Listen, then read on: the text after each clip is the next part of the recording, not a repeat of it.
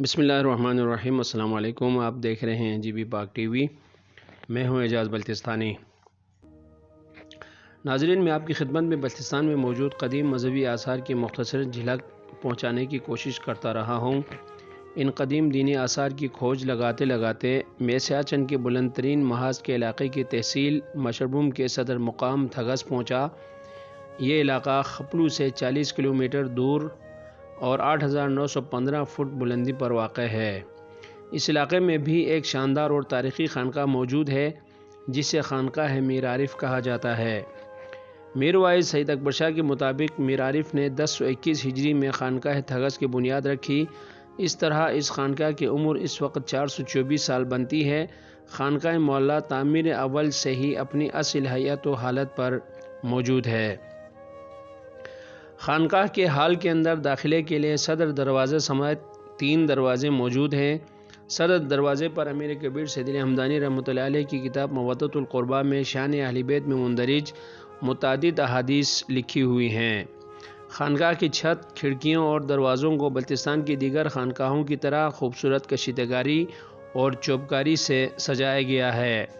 خانقاہ معلیٰ کے ہال کے اندر چلہ کشی کے لیے 12 چلہ خانے بنائے گئے ہیں اور ان چلہ خانوں کے اوپر خواتین کے لیے عیدین، مجالس اور محافل سمیت دیگر اجتماعات میں باپردہ شرکت کے لیے جگہ بنائی گئی ہے۔ میر عارف رحمۃ اللہ علیہ نے میر سید علی حمدانی کے نقش قدم پر چلتے ہوئے خانقاہ کی گنبد کی اسی طرز پر تعمیر کروائی ہے جس طرح شاہ ہمدان حضامیر کے لیے تعمیر فرماتے تھے۔ بلتستان بھر کی تمام مساجد و خانقاہوں کی گنبد عمومی طور پر مستطیلی شکل کی ہوتی ہے اور اس کی چوٹی پر 5 پر ہوتے ہیں، ایک افقی یعنی اوپر کی طرف، باقی چاروں اطراف ہوتے ہیں۔ افقی پر علم لگا ہوتا ہے جس پر پنجتن پاک علیہ السلام کے اسماء گرامی درج ہوتے ہیں، جبکہ چاروں طرف موجود ہر پر زنجیر کے ذریعے ایک دوسرے سے جڑے ہوتے ہیں۔ اس گنبد کو گنبد پنجتنی کہا جاتا ہے جو پنجتن پاک علیہ السلام سے منسوب ہے۔ زنجیر سے ایک دوسرے سے جڑا ہونا اشارہ ہے کہ تمام ایک ہی راستے پر چلتے ہیں۔ میر عارف رحمۃ اللہ علیہ نے بھی اس خانقاہ پر اسی طرز کی گنبد بنوائی ہے جو ظاہر کرتا ہے کہ میر عارف رحمۃ اللہ علیہ میر سید علی حمدانی رحمۃ اللہ علیہ کی تعلیمات پر عمل پیرا تھے۔ خانقاہ معلیٰ میں 5 وقتی نماز باجماعت، جمعہ، عیدین کے علاوہ زیارات کی نمازیں، رمضان المبارک میں تراویح، 14 معصومین علیہ السلام کے ایام ولادت اور ایام شہادت و وفات پر بالترتیب مجالس اور محافل کا باقاعدگی سے اہتمام کیا جاتا ہے۔ مجالس کا یہ سلسلہ اس وقت سے جاری ہے جب یہاں پہلی بار مسجد تعمیر ہوئی تھی۔ 1994 سے 1996 تک خانقاہ معلیٰ کی چھت کی مرمت کی گئی، تاہم خانقاہ کی عمارت اور ساخت وہی ہے جو میر عارف رحمۃ اللہ علیہ نے تعمیر فرمائی ہے۔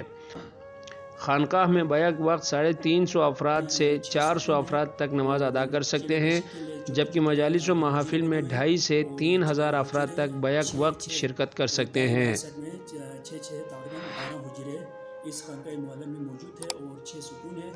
اس کے علاوہ خواتین کے لیے اوپر مجلس، مختلف مجالس سننے کے لیے خواتین کے لیے وہاں اوپر انگون جو بلتی زبان میں انگون کہتے ہیں موجود ہے۔ تو اس سے یہ ثابت ہوتا ہے کہ یہاں مجالس اور محافل جو اپچی میر عارف ایک عظیم اولیاء اللہ ہے ان کے زمانے سے ابھی تک بدستور ہے۔ اپچی میر عارف نے جو 2 علم لے کے آئے ہیں وہ کشمیر سے لے کے آئے ہیں، اور ایک علم پر اس علم پر کے اوپر تاریخ ضبط ہے کہ 1021 ہجری کا وہاں پر باقاعدہ نقش کیا ہوا ہے 1021 اس علم پر۔ تو اس سے ثابت ہوتا ہے کہ یہ جو علم ہمارے پاس موجود ہے وہ خود اپچی میر عارف کی دور کا علم ہے۔ پولو اور خپولو کی راجہ نے اس وقت وہ جو یہاں کا بلتستان کا گورنر تھا، اس نے میر عارف کے ایک روحانی اس سے متاثر ہو کر ان کو اس ایریا کا جہاں پر آپ جس جگہ کو آپ پسند فرمائیں گے ہم اس کو آپ کے نام پہ الاٹ کریں گے۔ تو میر عارف اس پورے ریجن میں آپ نے سیر کیا، سیر کرتے کرتے اس ایک تھگس ایریا کو آپ نے ایک والہانہ عقیدت کے طور پر اس کو پسند کیا اور یہاں اس کو پذیری اختیار کی، اور اس وقت یہ مربع جو باقاعدہ آپ کے نام پہ ایک خط ابھی تک ہمارے پاس موجود ہے، جو اس وقت بادشاہ نے اس تھغس کے حدود اربع، باقاعدہ حدود اربع کے نام پہ پورا تھغس کے پورے ایریا کو آپ کے نام پر ہبہ کر دیا۔ باقی اس وقت آبادی بڑھنے سے یہاں پر نامزدوں کے لیے کافی جگہ کے مشکلات ہمیں پیش ہے، اور خواتین کے لیے مجالس سننے کے لیے بھی ہمیں کافی مشکلات کا سامنا کر رہا ہے، تو اس کی توسیع کے لیے ہم سوچ رہے ہیں۔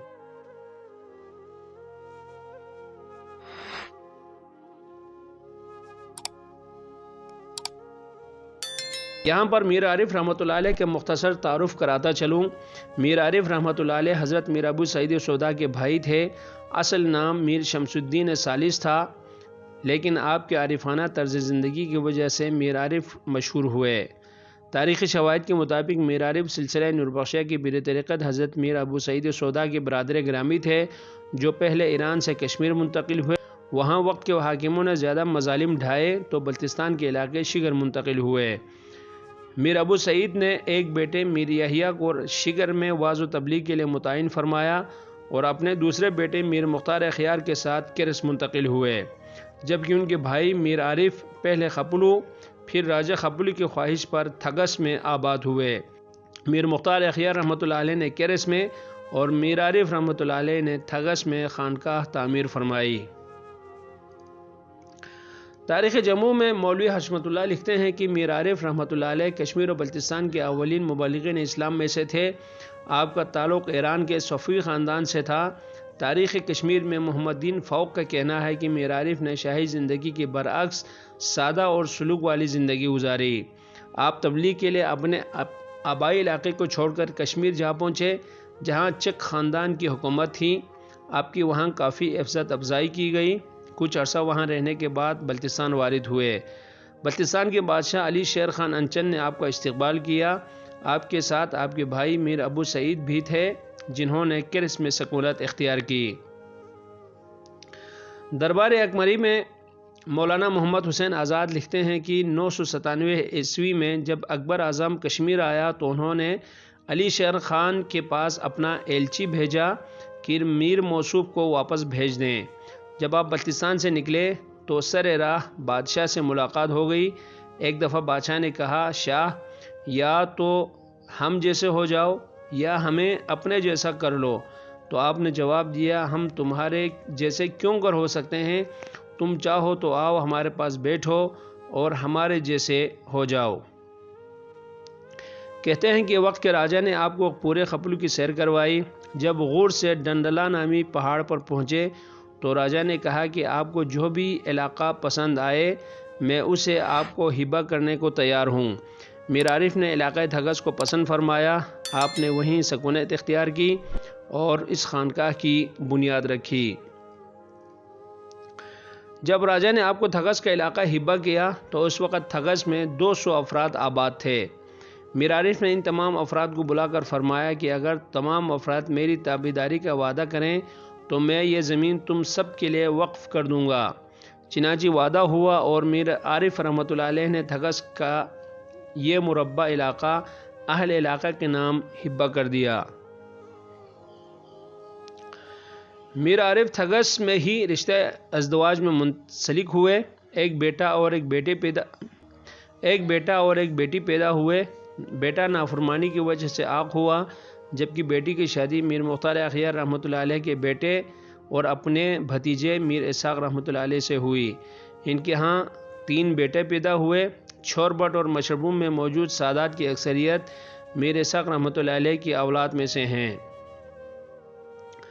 تھگس کے علاقے تھولدی میں موجود 2 علم مبارک بھی میر عارف رحمۃ اللہ علیہ کے آثار میں سے ہیں، جو آپ کشمیر سے لے کر آئے تھے، جو اہلیان تھگس محرم کی مجالس کے